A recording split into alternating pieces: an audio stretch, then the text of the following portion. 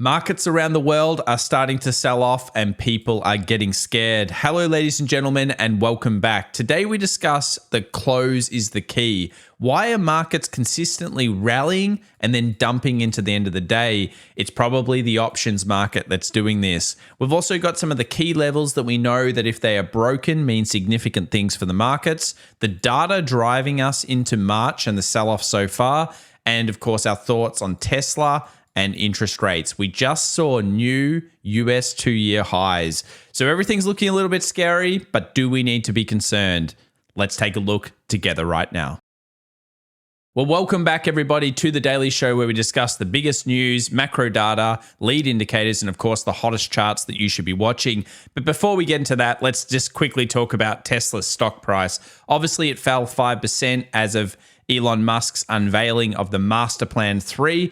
But it was short on some details and, of course, short on some of the things that the market was looking for. Now, it was ongoing, I believe, as of the time of this recording. However, I thought it was hilarious when I saw this article because it actually says first published March 1st. I wonder if this was already the name. Remember, we did discuss the idea of buying the rumor and selling the fact. That is that Tesla investor days tend to carry a lot of hype.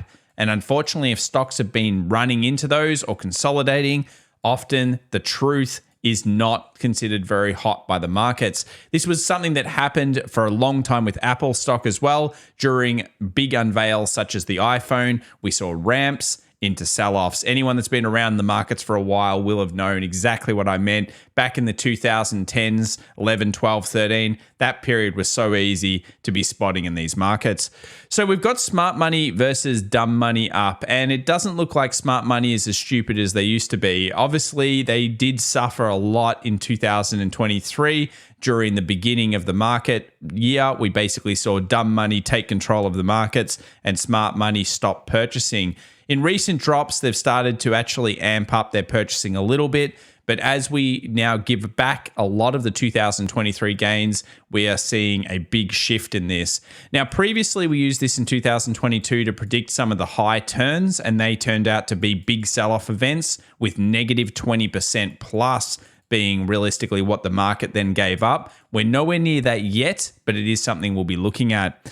Over on our Twitter at FX Evolution, if you're interested, links in the description down below. I did post something to do with Tesla. In the previous video, we discussed the idea that this may be distribution. That is, we saw buying climaxes, of course, sell-offs, rallies to a UT, and that this could all be part of Wall Street selling Tesla positions to retail traders as everyone's hyped into the event. Remember to buy the rumor, sell the fact. We had a massive run and we left some big gaps behind. I've suggested that it's possible here that we meet markets somewhere around this 140 to 150 range. Some of you will agree with that, some won't. But it looks like the market's going to open up down. And in general, that is a rally up with a rally down at the end. It could be the catalyst that breaks Tesla. And we'll talk about that later on today's video. But I want to begin here with one of our kind of macro thought processes. Recently, we've been talking about bullish dollars, and it's been a great trade. We've had really weak US dollar. Then we saw interest rates, of course, switch towards the upside as we saw inflation remain sticky. And everyone was suddenly back on the US dollar train.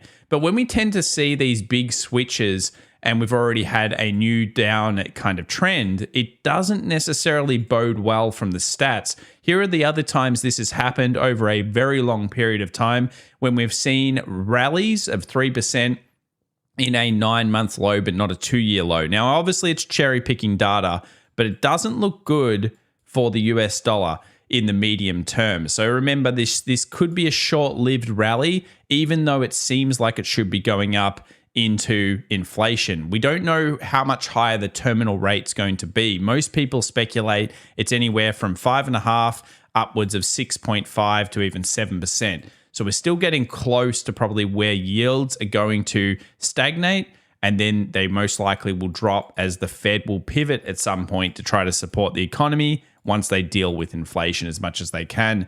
What does this mean for stocks? Well, interestingly, it's a little bit mixed, at least initially in the first month, but then it actually drives into being very bullish for stocks 12 months later, at least in terms of the data that we're seeing. This time could be different. So take that with a grain of salt. But I thought it was interesting to see that the US dollar is presenting big switches that tend not to last. So we have mentioned this many times. I'll gloss over it, but I believe one of the big reasons that the market is still so bullish at the moment is central bank liquidity, and also that US consumers haven't caught up with the reality of debt and being at a higher financing cost. We've seen massive credit card spikes. Obviously, all of these balances are going to now need to be paid at higher interest rates, and it will eventually hurt the American consumer, and we're also going to most likely see a tighter labor market moving forward. Why? Because the Federal Reserve wants it. But recently, we haven't seen the Fed and the other central banks realistically tightening liquidity like they claimed. In fact, some of my lead ways of reading liquidity have shown that we saw spikes into the January period, but that has started to taper off. I can confirm that we've seen significant declines in basically the liquidity of central banks, and one of those things is really driving these markets down. It tends to be a lagged thing. We started to see it about 2 to 3 weeks ago, and it's continued to be down. I will update you guys if that changes, so make sure to subscribe to the channel if you're interested. And of course, I'll update you when I believe the liquidity is switching, at least from some of my key metrics. Let's move over to how the stock market is predicting things. Just remember, stocks work on basically two ideas: fear and greed. And we've mentioned this several times, but generally markets will always be optimistic. It pays to be an optimist in markets, not a pessimist over the long term. We are in a very unique circumstance, but markets have been following the no recession path. I'm pretty sure the bonds market will be correct. So eventually we will see a recession, whether it's this year or 2024. But at the moment, the stocks are certainly not pricing that in. And eventually that will come through should we see, again, the jobs basically get worse and see more people getting fired.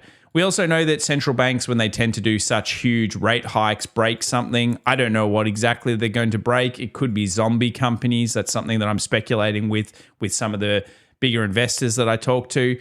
But it may be something else. Every time's different. Most likely for me, though, it's going to be zombie companies. I would love to see your comments down below in the chat as well. Have a bit of a guess on what you think the Federal Reserve has broken this time. I'd love to read some of those, so check them out. Annual seasonality, has this been helping us to define this sell-off? Well, yes, in many ways it has. And actually, the beginning of March is often the horrific time. At the time of this recording, we're actually seeing markets drop off in the futures action. So could we have a couple of brutalized days? Yes, we certainly could. Could we hit some key levels? We've got those a little bit later on that we're looking at from a technical perspective. And then would we be able to get a rally? Well, this sell-off so far has been mostly made up of tons of red candles. Markets go down faster than they go up traditionally, so we will be looking at the way that this market comes down into some of our key levels if it continues to fall. We've also reported on the fact that volatility tends to spike into Q1 and Q, of course, 3. At the moment, we are here. You can see the middle of March and the fact that it drops off there. The VIX is kind of broken at the moment thanks to these 0-day expiration options, but overall, it's still a seasonal kind of play here. Now, what's most weird, or what's the weirdest thing about these markets, has to be the way that markets are prepping into it. Generally, if it was going to be a really big sustained sell-off, you would see Wall Street go heavily into defensives, healthcare, staples, utilities. They haven't been doing it recently. These three are still down, and over the 5 days, they've been some of the worst performing. So we're going to continue watching them, but these have not been what's really kicking up. And you would expect that if Wall Street was truly scared right now, they would usually be defensively building positions. They just haven't been. At this stage, I'd just like to remind everybody, if you haven't already, come and follow us at the other social medias that we run on. And of course, if you're interested, you can jump over and get 3 free trading cheat sheets and our new newsletter that we're putting out for free if you want to sign up. Let's move over now to the charts. Let's get into these things. Let's begin with yields. I'm excited to look at yields because this is where the market's at right now. We know that the terminal rate is starting to be priced in by the bonds market at 5.5%. This is expected to happen somewhere between August and potentially September of this year. So some big interest rate changes. A lot of people still don't even expect this. Some people like Goldman are now calling 5.75 as a terminal rate to even 6%. So this is a lot higher than most people expected. I've long thought that if we get past 5.5 to 6, that we're going to break something. And I already think the Federal Reserve most likely has broken something with this massive hike increase. US 2-year yields actually went above where we were before. And if we go out to a weekly here now and have a look in past history, it's a long way out till we get back to where we were. This actually all happened. These rates were hit back in 2006 and 07. So we're coming into what we would call a bit of a supply range. This theoretically is a technical high. Now, obviously it's yields, but it is still a technical high zone. So all of this fear could still be taken out just with a switch in yields. And I think I'll be paying a lot of attention to that one. What about bonds? Well, one of our favorite kind of bear indicators, which is high yield junk, did dump in the last 24 hours, and it dumped fairly substantially. It actually opened down, kept selling off into the close, didn't quite continue to move through, but this kind of really drove the sentiment, I believe. With a dump in high yields in the morning, the markets were up, and then they basically filled the gap and sold off. That was the stock market kind of way. So again, watch high yields at the moment. It's pretty important. Treasuries sitting in kind of the key critical zone. I'd like to see them kind of swing this low. And if we see yields continue to go past something like 6%, if that does happen, watch out for treasuries. They'll probably get brutalized. But I do believe that a lot of people, especially investment managers and bigger financial advisors and other people, may be looking at treasuries in just a few months. Remember, before recessions, we tend to see unemployment spike up. If we believe there is a recession coming, which of course the bonds market believes, it's not really my opinion, it's the bonds market's opinion, then in the future, treasuries could become a very interesting point. A lot of people discussed them earlier on last year or late last year, but I think that now it's the time to really be looking at these and starting to pay some attention to them from a technical level. Obviously, they are not trades. They're realistically a little bit more than that. You've got to consider it, but it's interesting. Let's move down to the dollar index. Now, this didn't quite do what I suspected it would. And I'll be the first to put my hand up and say, yeah, I actually thought it would basically stop in this red box here and find buyers again. Hence, based on realistically this overall strong trend, this was another pullback and the first time we could have seen it go through. Now, it failed to do that, but what it did do was it managed to get that closure daily still back into these zones. At the moment, of course, if the stock market continues to sell off, DXY, the US dollar, could strengthen through. It's hit what we would call our major first take profit zone. This was that 105.25. It absolutely hit it almost to the perfect T. But I wouldn't be surprised at all to see the dollar index have one more go at it. I'm not sure whether US dollars will absolutely blast through. A lot of people started calling like 109s and 110s. I'm not there yet to discuss that. This was the short, well, not the short, but definitely a fairly good technical zone. We're still in that kind of area, and we still, at this stage, are in a bullish trend on the 2-hour, 4-hour, and those types of things. This little green box down here is where that starts to switch and where we see change. So at this stage, DXY is still theoretically bullish, but overall, getting a little bit shaky. Let's move over to gold. Gold came into a supply zone. The first bullish price action we've seen on gold in quite some time. Now, gold does hate yield. So as we're seeing interest rates go up, could this just be like a rally because gold was oversold? Certainly could be. I'm not prepared to be really heavily bullish gold at this stage. I love gold. I think it's a great thing. It's the OG kind of currency, so I definitely like it from that perspective. But yeah, at this stage, we're still at critical resistances. And I think day traders will be very interested in paying attention to how the bears interact with this zone and whether they continue to sell it off. It's still in a 2-hour, 4-hour downtrend at this stage. Let's move over to copper, something I've been hating on for a while now. Big rallies. Obviously, it's time if copper's going to continue to sell off. At this stage, copper hasn't really been able to get down. And I think a lot of that's got to do with inflation, or at least what we're seeing around the world. Basically, this increasing of yields is keeping these metals and even energy stocks up a little bit higher than they really should be. And yeah, that's what happens. I mean, they're very heavily correlated. Natural gas continues its little rebound down here. If you're interested in natural gas, you got to watch the last video we put out. Some crazy stats, and I'm talking crazy stats around natural gas. It is called the Widowmaker. It is super risky, and generally speaking, it will have pullbacks even if it has bottomed. So you've got to be very, very careful here on natural gas. Remember, they are rolling contracts. If you've never traded them before, you've got to be very careful. A lot of people just get wild and they say, I'm going to buy the ETF of natural gas. Look up whatever it is. Let's say it's Boyle fact sheet, because you might be surprised that you're actually buying futures contracts and the risks that go with those behind. Whenever you put something on a chart, if it looks like a downward slope for a long time on a weekly, you know there's something to be concerned about. US oil in the middle of nowhere land. Of course, it's kind of going up based on these higher interest rates. It did a bit of a switch now. It's broken above this 77 zone. At this stage, down, probably bought up, at least until interest rates start to stabilize. Now we'll move over to Tesla. So we know that the investor day is out. We also know the market didn't seem to like it. There was a lot of stocks sold in the aftermarket. So yeah, clearly a huge run at the end of the day, big volume going through after hours.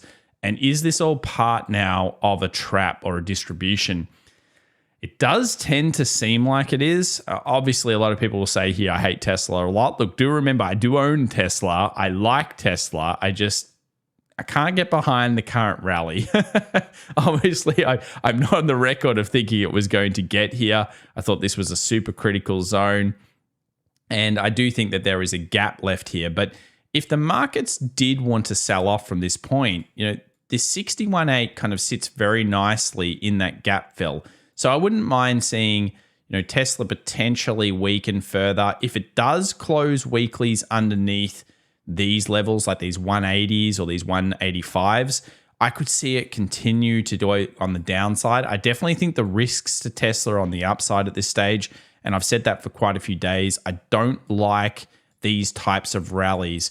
What they usually look like, and we've seen it before, guys, it's not like I'm just making stuff up. This has been seen before, is either dead cat bounces or they are the beginning of a real rally, but they need to have a nice dip to allow the big players to get back in. We've seen incredible volumes recently at crescendoing at these highs. And let's have a look at the options just to kind of point out why I thought that Tesla might struggle. It's unfortunately retail traders, again, most likely based on the open interest amount. We're just seeing a lot of people wipe out their cash. I mean, they're buying calls. I don't know, some person called Harry over here buying 340s. There's people everywhere buying wild options calls. And while that sometimes creates a massive squeeze event, in this case, I think the market's kind of got it, potentially partially hedged here. And 210s, 215s, 220s, it didn't matter. All of these strikes at this stage look to be expiring, potentially worthless this week. Nvidia is another one that's been going out. It's been running on the AI. Everything's AI. You just say it 700 times and you're going to make money according to the market and the earnings reports.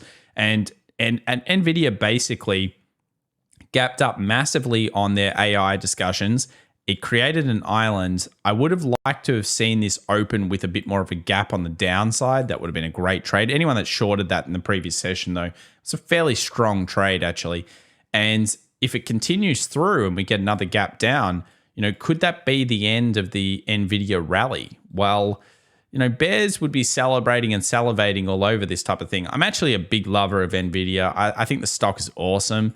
But yeah, it's on an AI run. And let's face it, everyone's excited and happy. And when you compare it to other stocks, such as something like an Amazon, which I know has its own problems, this chart doesn't look anywhere near as good. You compare it to like a Google, it looks absolutely horrible. You compare it to one of my favorites, Microsoft. Even Microsoft doesn't look very good, does it, on their charts? So Nvidia is kind of detached from the reality. Apple has some okay news. It filled the gap. It certainly doesn't look fantastic when you consider the gap up and the gap down, though, in the previous session. And of course, at the time of this recording, we've got markets going a little bit lower underneath the previous closure lows. So we'll look at that soon.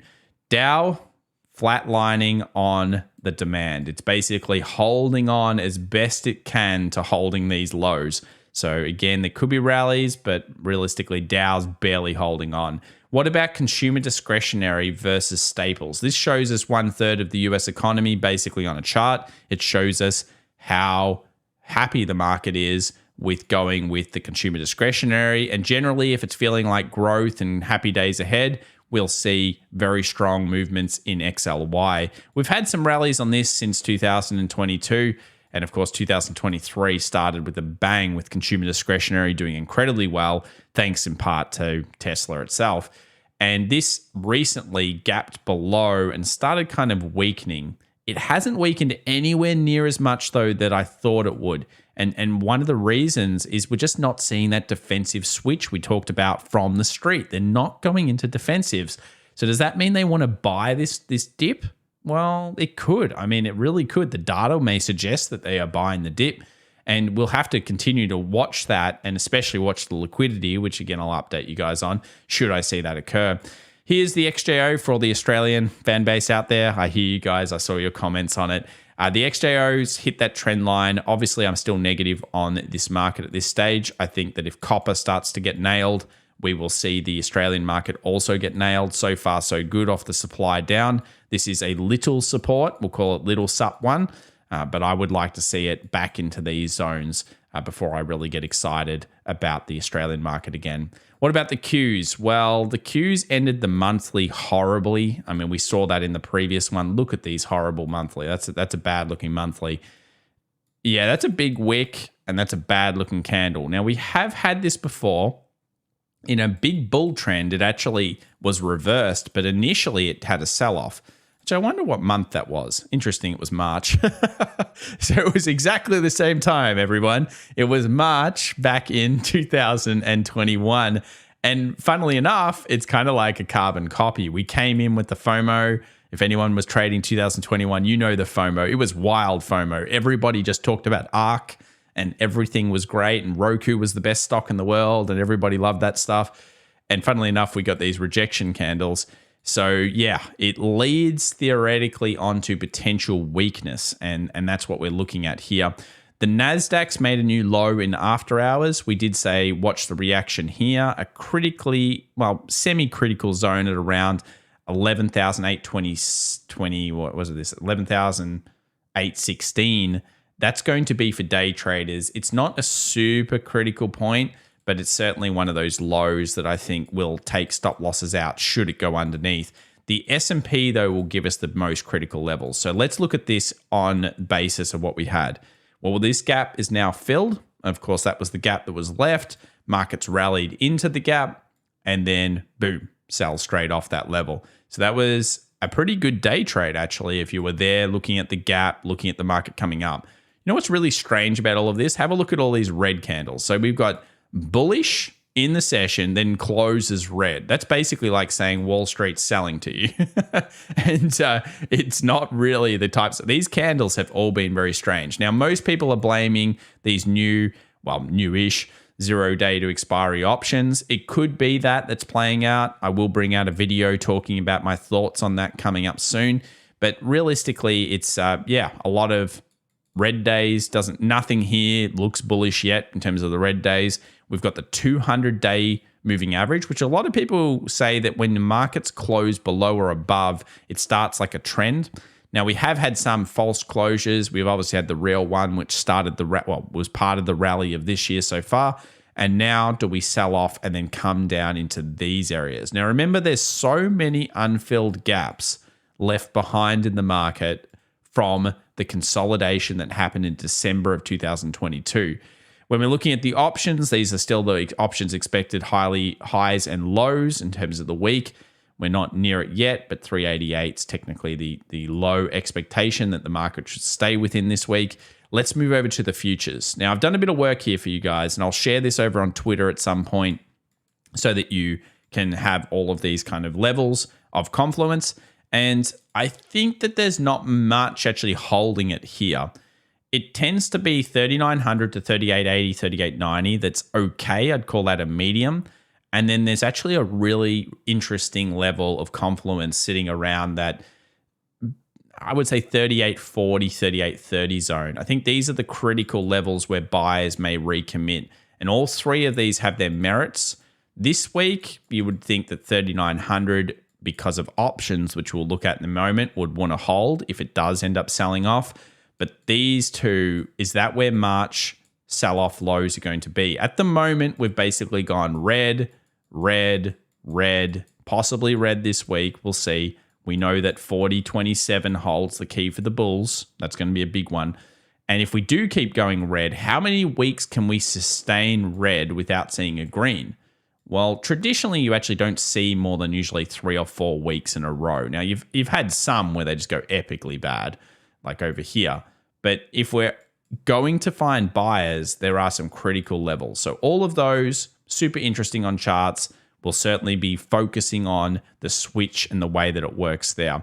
I do want to also load up a 15-minute chart just to show everyone how the last day of trade worked. So basically the market we knew that 4,000 was super key, and the market kind of rallied a little bit. It managed to get back to 39.84 in the pre, so you can see where it happened, and then we ended up basically just sitting on that gap and selling off. And you can see it built a short position through the day and just basically dumped into the close. Another bad day, nothing bullish to really report on the charts, at least how we're seeing them. We've just got levels of interest.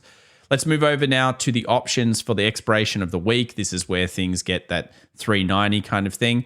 Let's actually refresh this because it's gone down a bit in the last 24 hours. And we'll refresh and we'll go to the third. So you can see here, 52,000 open interest. Bunch of puts underneath, but 390 remains that kind of wall. So this is the area that markets may try to defend if we do go down there, which happens to be a minor technical. We've also got open interest amount, 898. So it's starting to get up there in the million. It's not anywhere near as big as a normal options expiration week. So yeah, it's just part of it. And look, we saw this hole between February the 15th and basically the middle of March. We have a hole which has a lot less puts in it than normal. So this was always the time that if the market is sneaky, guys, it's really sneaky. It's able to get through these times. We had so many puts sitting all over January. Then we expired all the February puts. And then what? Miraculously, the next day, we're allowed to go down now. And then it starts selling off. Unbelievable, yeah? So let's move over to what we've got going on with the news ahead. And yeah, there's some news. We'll just quickly refresh this. We'll get into where we're actually at instead of these February dates. Don't know why it always does this to me. So we'll just quickly jump down. Stick with me here. And when we move over, we go to the only real big bit of news moving forward is ISM Services PMI. That's 10 a.m. New York time moving forward. Let's have a look at Bitcoin. It's weakening. It's still being held pretty well in comparison to the stock market. If it starts to fail, though, this will be the level where I think the bears will really commence should they actually get underneath those zones. At this stage, it's still theoretically in some trend ups. Now, what have happened? Well, I think we've seen kind of some switches, but I don't know. I really want that 21,000, 20,265 to be breached below. And I do believe that China Liquidity is actually holding this as best it can. So be careful here in crypto. We knew where the bears truly sat, which is up here. They're still ruling supreme up in these levels. If you're a big bull, you want to close above here. Then you get your little 30K and you'll be pretty happy with yourself. But at this stage, we're in the middle of la land for it. If you haven't already, come and follow us on our other socials. Definitely join over on our Discord, Twitter, get the free cheat sheets. If you enjoyed today's video, subscribe, guys. Smash that like button. And I want to see those comments in the link down below. What did the Fed break this time? Let's see what you think. Bye for now.